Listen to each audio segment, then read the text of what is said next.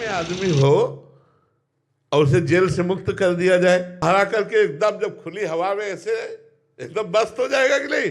काम क्रोध लोभ मोह मद मत्सर जन्म मरण दुख सुख चिंता भय शोक लाभ हानि निंदा स्तुति मान अपमान सबसे मुक्त हो गया, वो कितने आनंद में होगा, अखंड आनंद। लेकिन उस आनंद में भी लघुता पैदा कर दे उसे कहते प्रेम आनंद, भगवान का प्रेमानंद। वो कोई मोक्ष सुख साधारण सुख नहीं है, अरे अखंडानंद है। काशी में इसी की आराधना होती है, काशी में तो केवल इसी की आराधना होती है, मोक्ष सुख की आराधना होती है।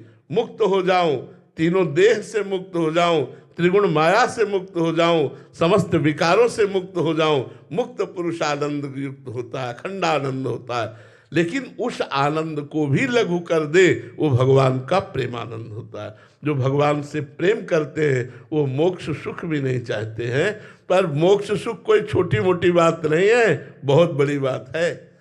मोक्ष सुख बहुत बड़ी क्षमता है, बहुत बड़ी आध्यात्मिक ऊंचाई है, कोई साधारण बात नहीं। मोक्ष हो जाना बहुत ऊंचाई की बात है, और मोक्ष से भी ऊंची बात है प्रेम, भगवत प्रेम हो जाना। परम मोक्ष को प्राप्त ज्ञानी महापुरुष हैं, तो समझते थे गोपियों के पास जाते हैं अभी अपना जादू चला देंगे ज्ञान का, लेकिन उनको क्या पता कि प्रेम का जादू ज्ञान के ऊपर चल जाता है। वो सोच रहे थे ज्ञान का जादू हम उनके ऊपर चला देंगे, और जब आए और आंसुओं को देखा और श्री कृष्ण प्रेम में मतवाली गोपी जनों की चरण रज में बैठे, और जब उनसे बात हुई तब उनको लगा ठगा गया, तब उनको लगा ठगा गया। आज तक श्री कृष्ण ने मुझे ठग लिया, जो श्री कृष्ण ने गोपियों को दिया वो मुझे क्यों नहीं दिया, श्री कृष्ण ने मुझे ठग लिया, श्री कृष्ण ने इनको निहाल किया। तभी कहा कि मैं वृंदावन की कोई लता गुलमौषधि बन जाऊं, जिससे इन भगवत प्रेमी गोपिकाओं की चरण रज पड़े और यत्किंचित मेरे हृदय में प्रेम जागरण हो जाए। जब प्रेम का परिचय उद्धव को मिला तो लगा ठगा गया, ज्ञान और मोक्ष देकर ठगा गया। वास्तविक सुख तो प्रेम में है, वो गोपियों के पास आकर पता चला।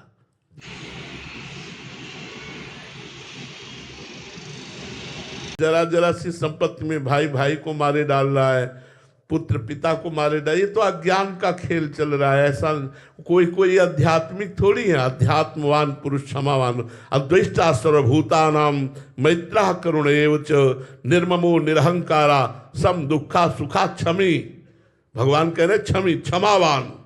क्षमावान मेरा बड़ा प्रिय भक्त होता है, सुख दुख में समान भाव रखने वाला मेरा प्रिय भक्त होता है, जो किसी में दोष दर्शन नहीं करता, सब में करुणा करता है लेकिन ममता नहीं करता, सब पर परोपकार की भावना रखता है लेकिन अहंकार नहीं करता, ऐसा भक्त मुझे परम प्रिय है। तो भगवान का भक्त होना और संसारिक ये तो अलग बात है। जो दुश्मनी चलती है वो आध्यात्मिक थोड़ी होती है, वो तो सांसारिक लोग होते हैं। आध्यात्मिक लोग क्षमावान होकर के राग द्वेष को मिटाते हैं और भगवत प्राप्ति करते हैं। बड़ा बलवान क्षमावान है, और आप ये समझ लो आप जो दंड नहीं दे सकते थे उससे बड़ा दंड आपका क्षमा उसको देगी।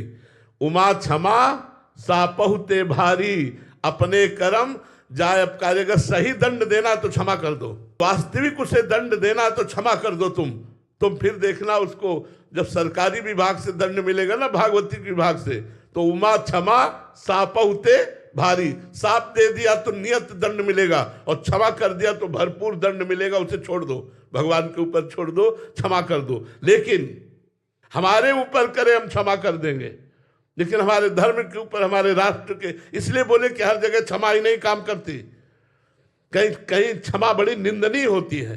किसी बहन बेटी को छेड़ रहा है, आप वहां से क्षमा करके चले जाओगे?